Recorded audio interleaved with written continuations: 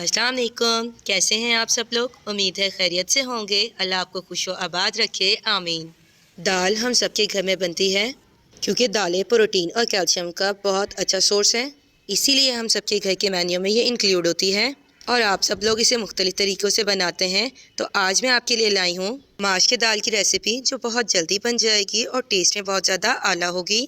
चले तो रेसिपी शुरू करते हैं। माश की दाल बनाने के लिए हमें चाहिए माश की दाल 1 पाव, प्याज 1 अदद जिसे हमने बारीक काट लिया है, टमाटर 1 अदद जिसे हमने क्यूब्स में काट लिया है, 1 चम्मच लहसुन अदरक का पेस्ट, 2 हरी मिर्ची ली हैं हमने, 2 चम्मच हमने बलाई ली है, नमक हम लेंगे 1 चम्मच, गरम मसाला हम आधा चम्मच लेंगे, 1 चम्मच साबुत ज़ीरा, काले मिर्च, लौंग, बड़ी इलायची लेंगे, 1.5 चम्मच हम काली मिर्च लेंगे, 1 चम्मच धनिया पाउडर लेंगे, हम यहाँ हरे धनिया का इस्तेमाल करेंगे, ऑयल और पानी लेंगे। पैन के अंदर हम पानी पुट कर देंगे। हमने फ्लेम को ऑन कर देना है। हमने इतना पानी लेना है कि हमारी दाल इसमें इजीली बॉईल हो जाए। हम पैन के अंदर 1 पाव दाल पुट कर देंगे। दाल को पहले हमने साफ़ कर लिया था और फिर इसे हमने पानी में 20 मिनट के लिए भिगो दिया था और उसके बाद हमने इसे खुले पानी से अच्छी तरह से धो लिया था ताकि इसके अंदर जितना भी एक्स्ट्रा स्टार्च था वो पानी के ज़रिए बाहर निकल जाए। बाउल के अंदर जो हमारी थोड़ी सी दाल रह गई है उसमें पानी पुट कर हम दाल को अच्छी तरह से पैन के अंदर डाल देंगे।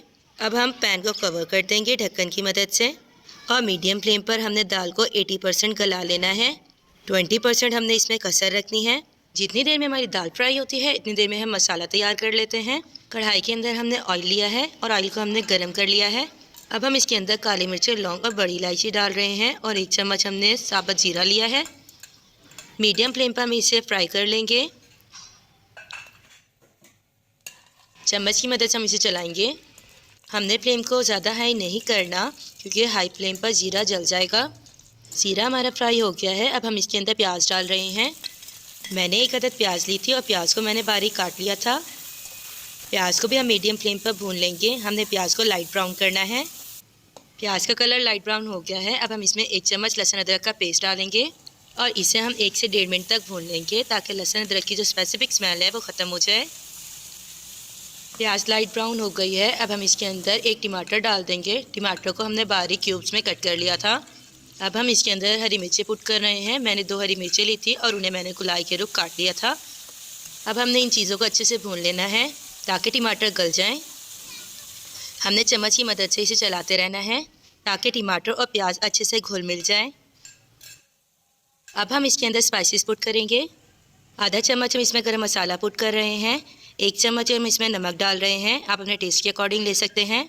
1 चम्मच हम इसमें धनिया पाउडर पुट करेंगे और 1.5 टीस्पून हम इसमें काली मिर्चें डाल देंगे। जो चाय वाला चम्मच होता है वो हमने 1.5 चम्मच काली मिर्चों का लिया है यहाँ। और इन स्पाइसेस की क्वांटिटी को आप अपने टेस्ट के अकॉर्डिंग कम या ज़्यादा कर सकते हैं। चम्मच की मदद से हमने इसे अच्छे से मिक्स कर लिया था और अब हमने इसमें थोड़ा सा पानी पुट किया है। पानी डालने के बाद हम चम्मच से इसे अच्छी तरह से मिक्स कर लेंगे और 2 से 3 मिनट तक इसे भून लेंगे। अब हम इसके अंदर दाल पुट कर देंगे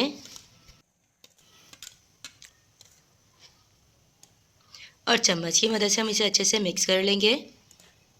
मिक्स करने के बाद अगर हमें रिक्वायर हुआ तो हम थोड़ा सा और पानी पुट कर देंगे। मसाला अच्छे से दाल में मिक्स हो गया है। अब हम इसमें थोड़ा सा पानी और पुट कर रहे हैं। चम्मच की मदद से अब हम दाल को चलाएँगे।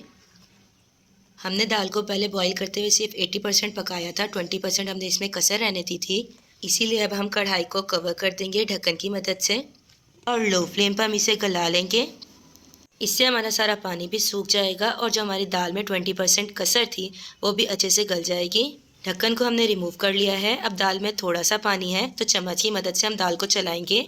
माशाल्लाह माशाल्लाह खुशबू बहुत कमाल आ रही है। अब हम इसके अंदर 2 चम्मच मलाई के पुट कर देंगे।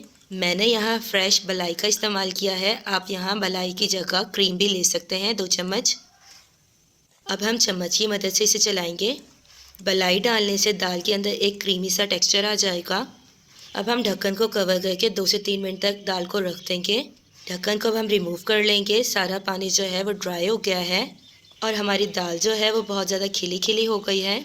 इस पॉइंट पर आप दाल को अपने हाथ की मदद से चेक कर लीजिएगा कि ये अच्छे से गल गई है। अगर आपको दाल में थोड़ी सी कसर लगे तो आप थोड़े से पानी का छींटा लगा के दोबारा कवर कर दीजिएगा, आपकी दाल अच्छे से गल जाएगी। अब हम यहाँ गार्निशिंग के लिए हरे धनिया के पत्तों का इस्तेमाल कर रहे हैं। हमारी मज़ेदार सी माश की दाल तैयार हो गई है। आप इस रेसिपी को घर पर ज़रूर ट्राई कीजिएगा और अगर आपने मेरा चैनल सब्सक्राइब नहीं किया तो प्लीज़ ज़रूर सब्सक्राइब कर लें। मिलते हैं नेक्स्ट वीडियो में। अल्लाह हाफिज़।